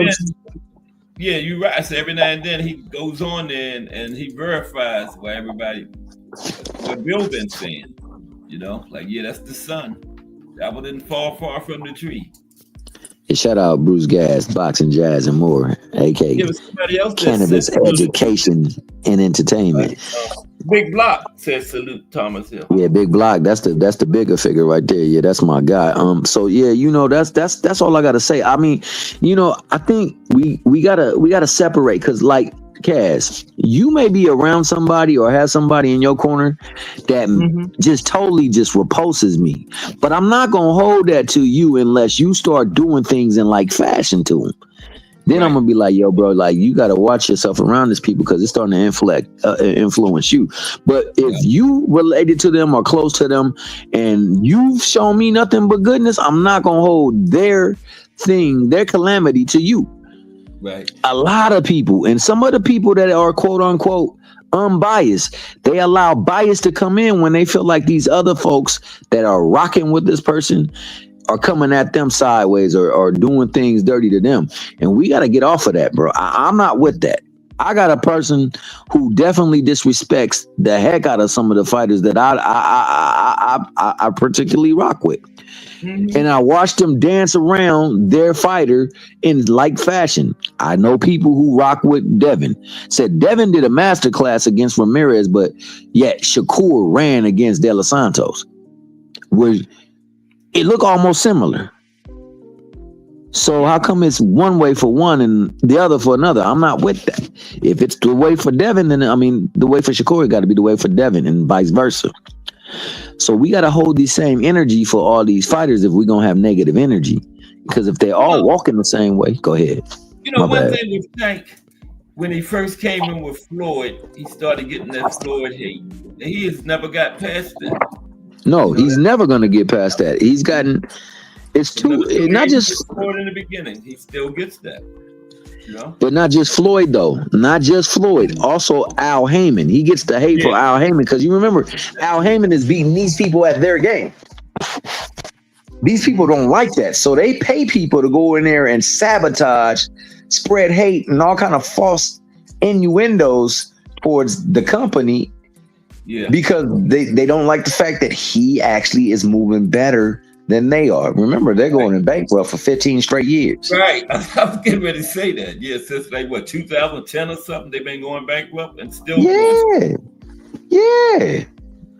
Right. So we let people infiltrate reasoning and logic.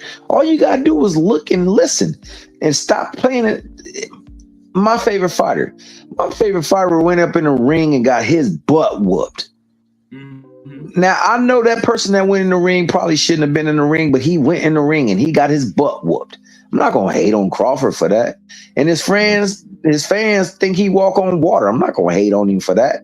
But I noticed that when he got that belt at 54, he didn't stay there to defend it. Now, there's plenty of fights to be made at 54. Why not? He ain't look all that good getting it neither. No, he didn't.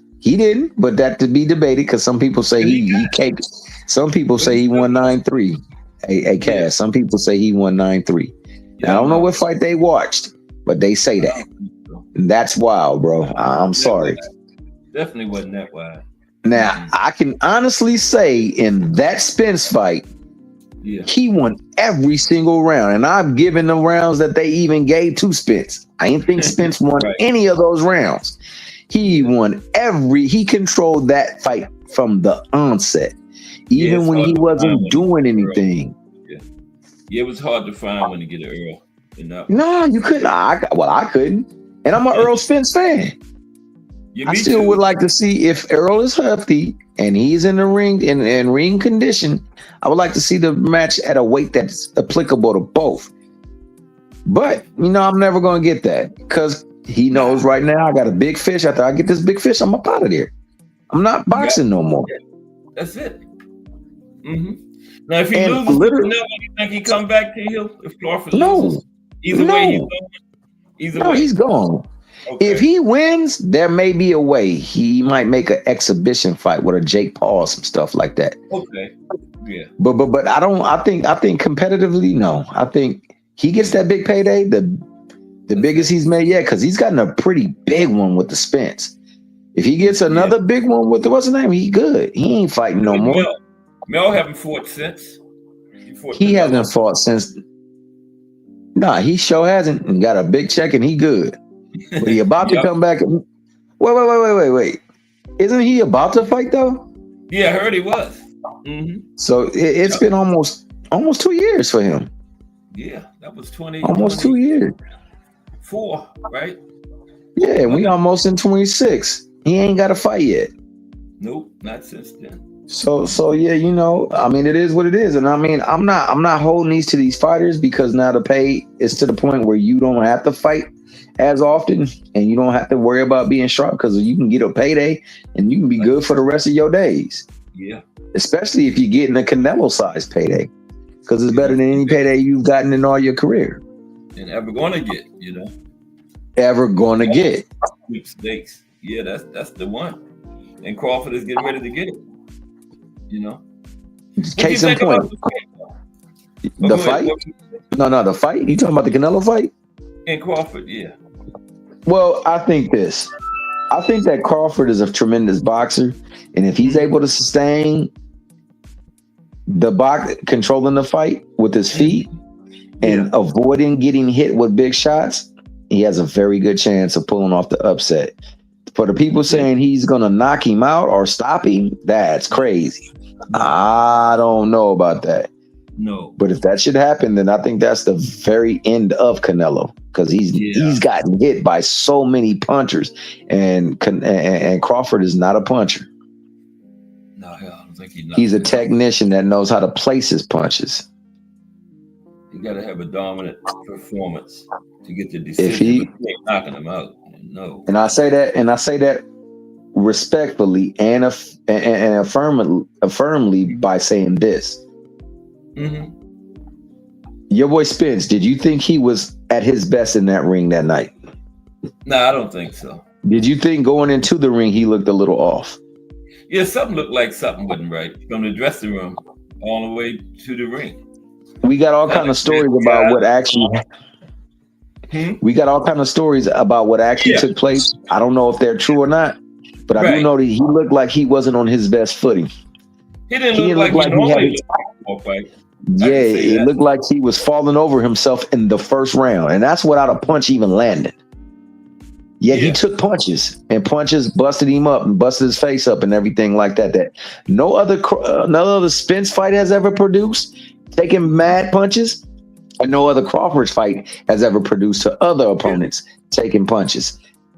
And that being And the case, every time I he was got just up, even saying his demeanor was never seen to look like that before a fight, if even from the dressing room. Like for something sure. wasn't But right. any other fight, have you ever seen Spence look that bad? And have you ever Never. seen Crawford make another person look that bad? I'm talking about just No. physically with their facial features and how they looked. He had a Nah. dent in his head, dog. A dent in his head. Yeah. So I so know. so with that being said, he still got up. So he clearly ain't the puncher that everybody else says he is. So Canelo been in the ring with far harder punchers. You're not gonna stop him unless you He just couldn't even he do it. gets frustrated. So he would have to frustrate him, but knocking him out not gonna happen. Can he Right. frustrate him? I believe he could. I believe he could because Skull kind of frustrated him, and Oh Skull yeah. boxed better than he did. Skull just was inactive, and they're not gonna give him the fight over Canelo being inactive. So there's a possibility. Always a possibility. But I had the fight Always. going the distance. I had the judges giving the fight to Canelo, no matter how close the fight is, and I think he'll go on his merry way. And that's how I have it. I You like the think that's fight it for because it's a fight.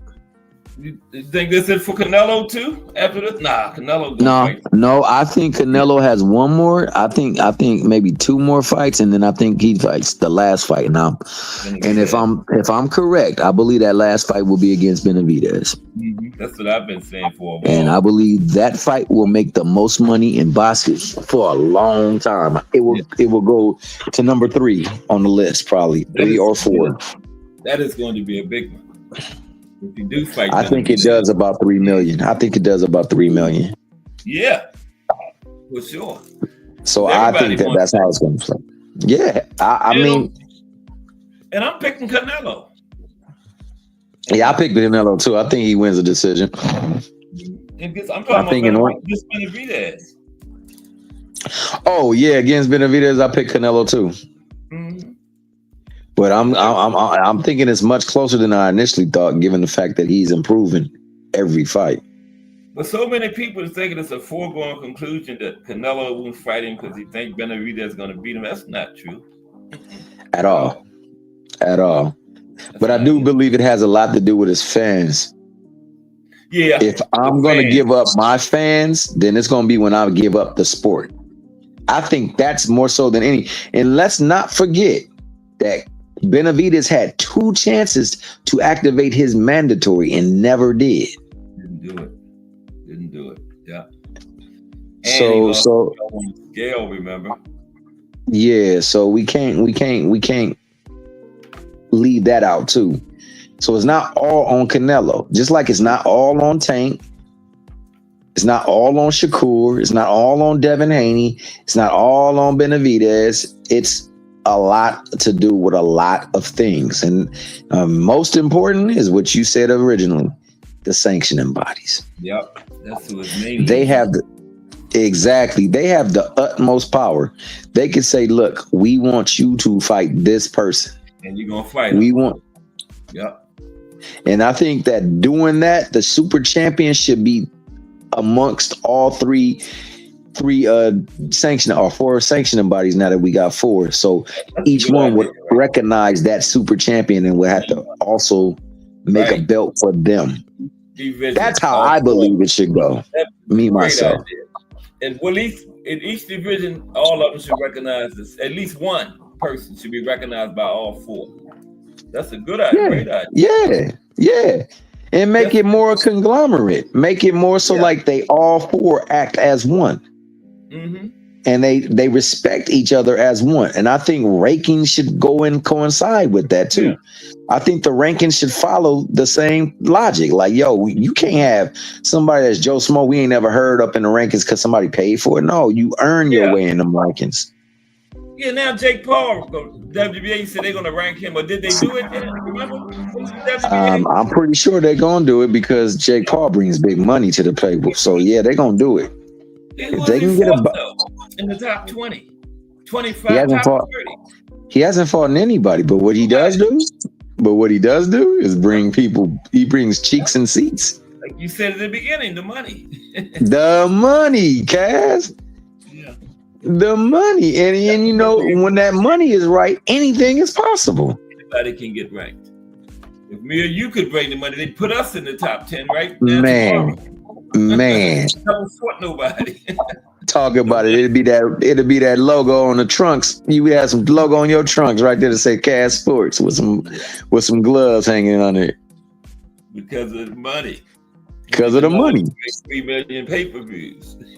And we know, even though Jake Paul putting on choreographed fights, NDA fights, You know he that. brings money. He's WWE to the boxing. That's He why gets I those really don't. Man. The casual Yeah, no money. doubt. That's No doubt. No doubt about that. Mhm. But what I do respect about him is that he understands his place and he understands where the product really is, and he promotes his women. And I shot He's a him out great for that. promoter. He's a great promoter Yeah, I shot him out for that. for promoting. Yeah.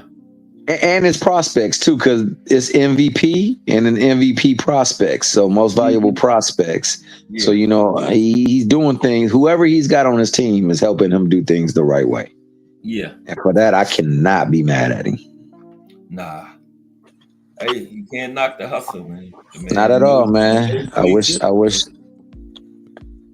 wish I was able to be so blessed to have that type of following, man. I would do things much differently, but I mean, it's just nice that, you know, somebody who came from humble beginnings is doing big things and helping impacts other people's lives. I mean, even though they profit off of it, but they still impact other folks' lives. So shout out Jake Paul for that and that alone. Hey, his brother stopped fighting, didn't he? Logan. Well, his brother don't. Yeah, his brother, you know, he just don't have the dedication to the craft. Yeah. I mean, he does appreciate the craft, and you got to train. I mean, he can't just go out there like raw dog and fight some of these dudes. Even though they're not boxers, they could hurt him if he ain't. He's just lucky he fighting them as boxers. Because if he's fighting these UFC MMA fighters in their arena, he'd get his butt whooped. They train religiously. You know, Yeah, them MMA guys. They might not be good boxers, but they in damn good shape. yeah, and they can fight. Yeah, You know what I'm saying? that's So true. if you ain't bound by no rules, you can just do whatever you want. They whoop his tail. Yeah, that's true. But okay, T Hill, we're gonna get ready to wrap it up. Oh, for sure. It was a great one again. Oh yeah. Enjoyed the conversation, man. Thanks for having me up. Okay, okay, T Hill, appreciate you. All right now. You out? Nah, I'm not out. You need me to do something? Yeah, take us on out.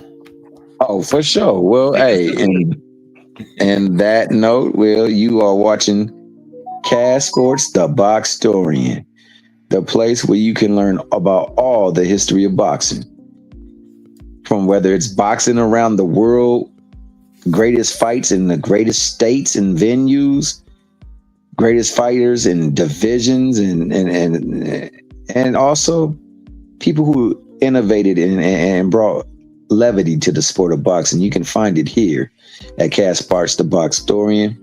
He comes on Monday through Friday, 2 p.m. Eastern Standard Time. Check in. Make sure you bring your popcorn and your snacks because you're gonna be entertained and you're gonna be edutained at the same time. You're gonna get educated.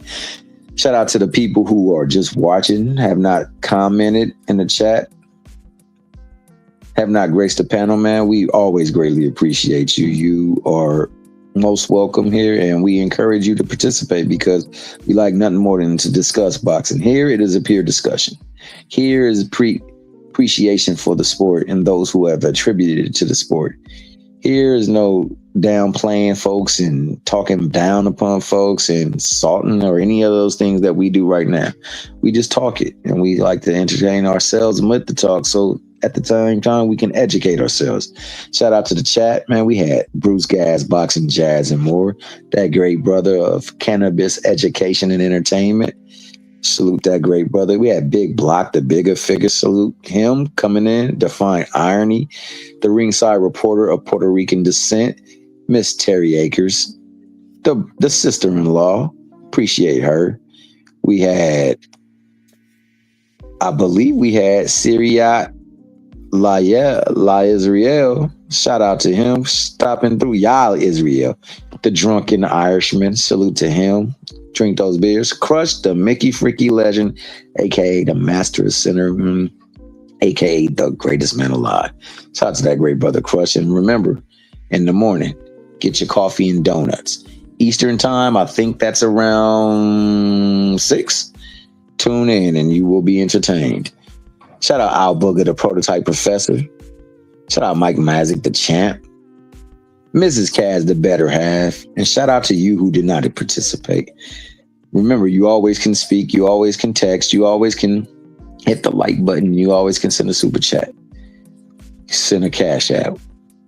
Show your love, your appreciation, your support, because he will love, appreciate, and support you back. You are getting the best boxing talk here at Cash Sports, the Boxtorian. We are out. Have a wonderful day. Mosey on over to Just Do and acquaint yourself with boxing getting its just due. Shout out to the JBT Sports Network. Shout out to the Sports Talk Network. And shout out to all other networks who promote boxing and uplift it in the highest esteem. We out.